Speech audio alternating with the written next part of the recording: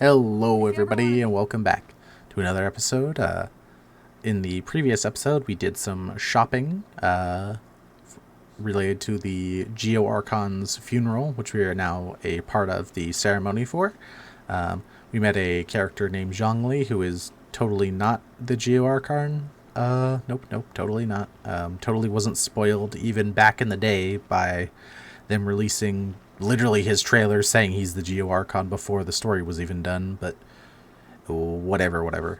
So just recently we came to get a bell from this Madam Ping, and she said that the bell is in the teapot, so we're gonna go in the teapot.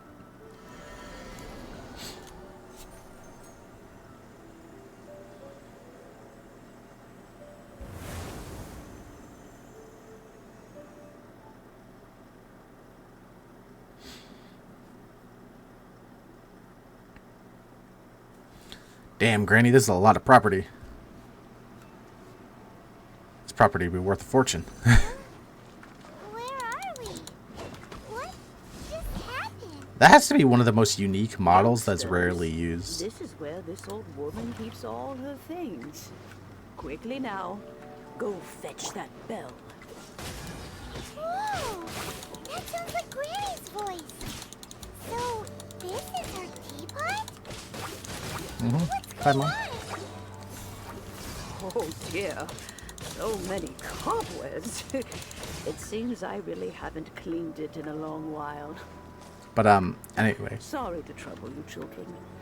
Please Yeah, help sure. an old lady clean up. Yeah, sure, we'll help you clean up in your weird dimensional teapot of doom. Of pain, probably. But that cobweb with the spider on it is probably one of the most unique, like, models in the game. They don't actually use it for that much. The cobwebs were made of elemental energy. How long has it been since Granny last swept this place? Not Paimon being like, yo, clean up your shit, Granny. Oh, come back here. I was trying to blow it off the edge. Wonder if maybe overload? Nope. Wait, is it gonna hop off by itself? No. Okay.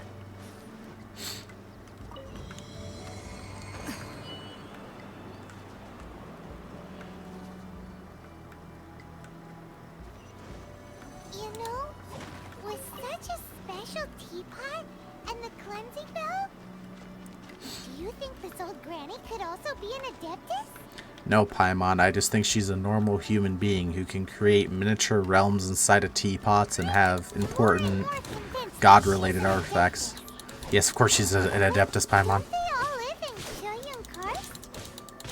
What would she say in the city?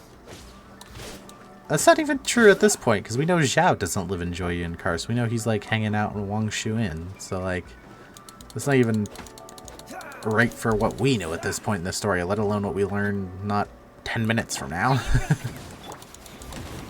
But anyway, I get ahead of myself.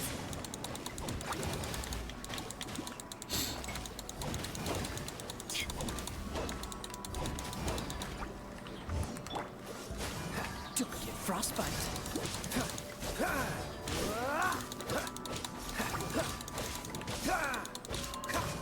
Cool it.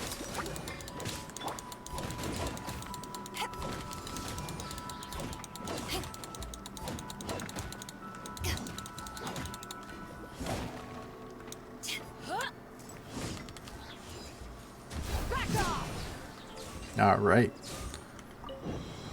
Let's keep going. How many levels does this teapot have? Yeah, this teapot's huge. It would be nice if we had one of these too. Or at least we wouldn't have to camp outside. Yeah, was that foreshadowing? Was that always in the game, or did they add that after they already knew you were going to get the teapot as housing? I just love looking at the places in here, like the level design. It's just so interesting, and it's so interesting at how much effort and work is put into these areas for us to really only see it once. Okay, here's the bell, so let's pick up the bell. Oh, you found it. Youngsters are so quick on their feet. Is there anything down either of these ways? Now, let me see. Oh, never All mind. right, that'll do. She can get us out. Come on out now, children. Alright. We got the bell from Granny. We're going back, and Granny seems to know what's going on. Granny seems to know about, you know, Zhongli being Rex Lapis and all that stuff, even though the other adepti are, you know, kind of out of the loop. But let's go talk to Mr. Bing Dong Zhang and tell him we got the bell. Hello, Mr. Zhang. Alright, well, we're off to find our next item of interest, which is kites. You know, which I guess, like, you know, you could say, I guess makes sense, you know, being, you know, based on Chinese. They're probably thinking, you know, stuff like the big dragon kites and stuff like that.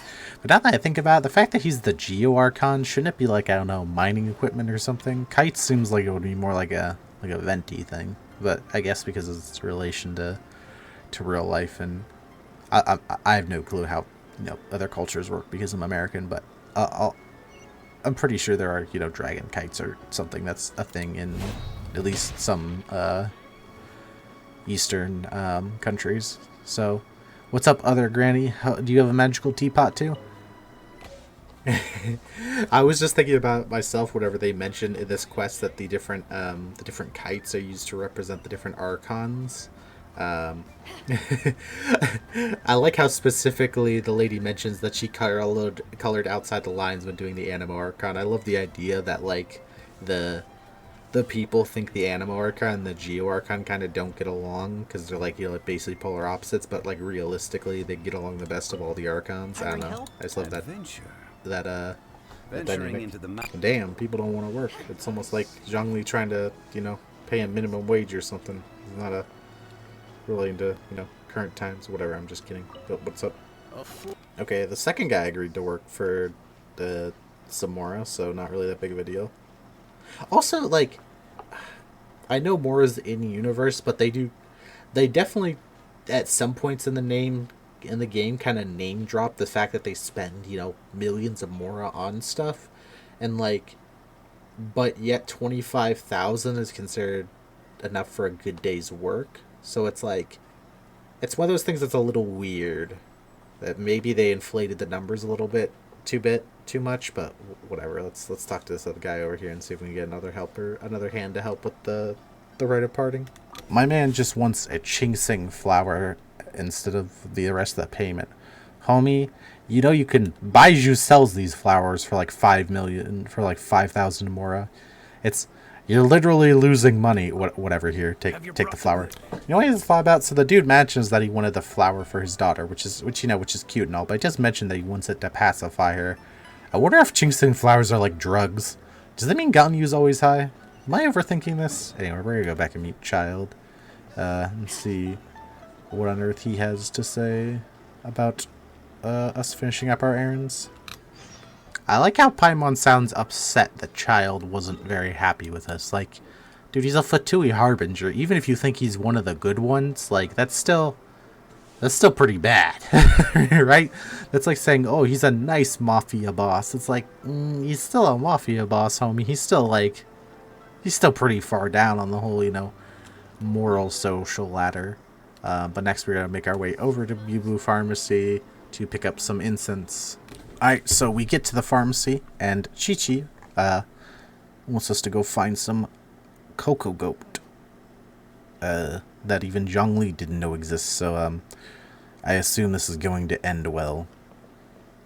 Also, like, I love how she's too short for the counter. Like, she needs a box back there.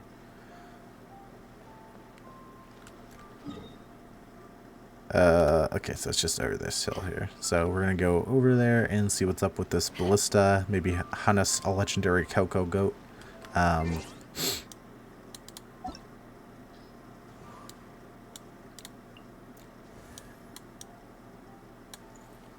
Like this Cocogoat. And acquire Cocogoat milk. But, you know, I get the feeling we're gonna get kicked out of Leeway if we try to milk on you. So we're gonna go try to find a real Cocogoat.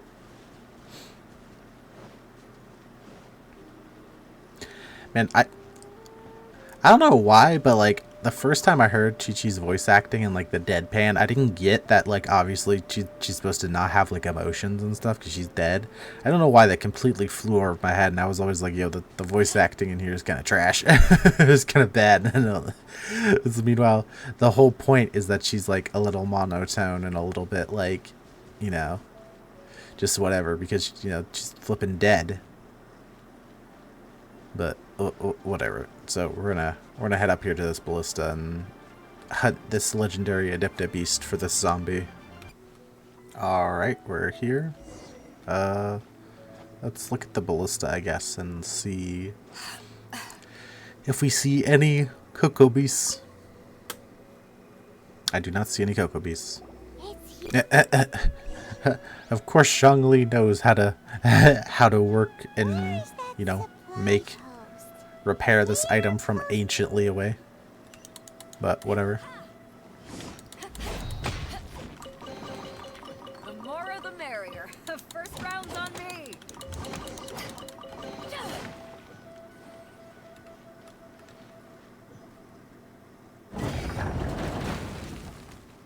Alright.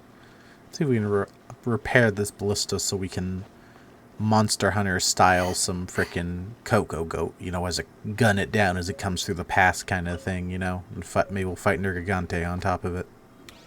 Oh, some treasure hoarders. These are the guys who apparently mess with this Ballista.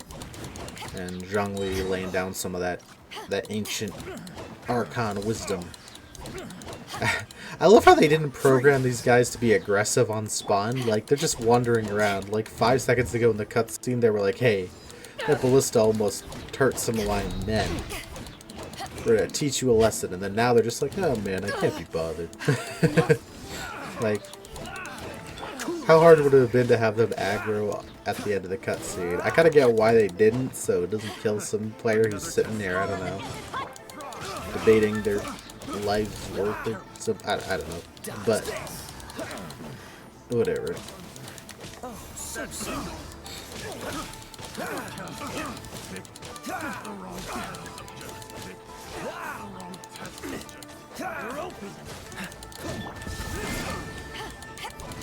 Was that a 5K? That might be our new highest hit.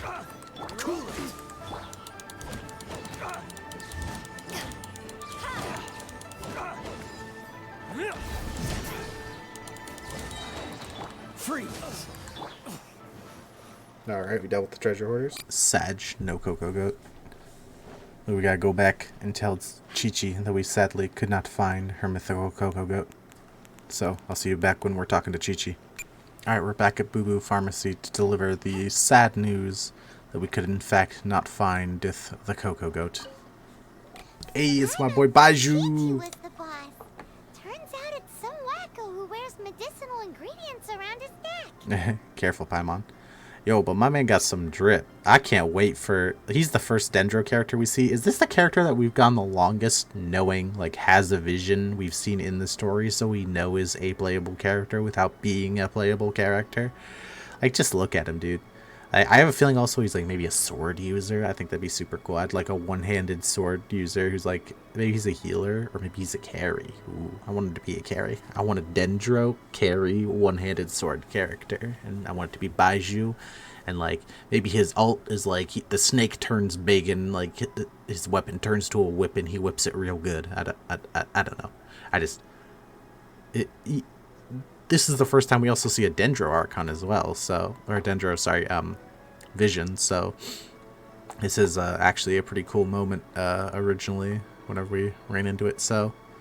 With Dendro on the horizon, who knows, maybe we'll be picking up a Dendro character on the account. Ooh. But, anyway, yeah. Ooh.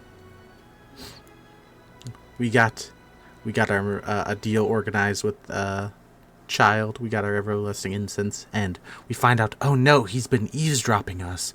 Who would have guessed the people who are like literally experiment on people, make child soldiers, want to take over the world and kill people for fun, are bad guys. Oh no, who would have thunk it? Maybe Child was a good guy. He totally could have gotten to the rank of Harbinger, being, you know, not a piece of shit. But I like child, but like, you know, if you're looking at it from a realistic standpoint, as soon as someone says you're connected to the Fatui, no one is ever like, nah, this person might be okay. It's like, nah, anything good thing they do is for some other reason. Like if they're handing out meals for the poor, they have testing medicine or some shit in there.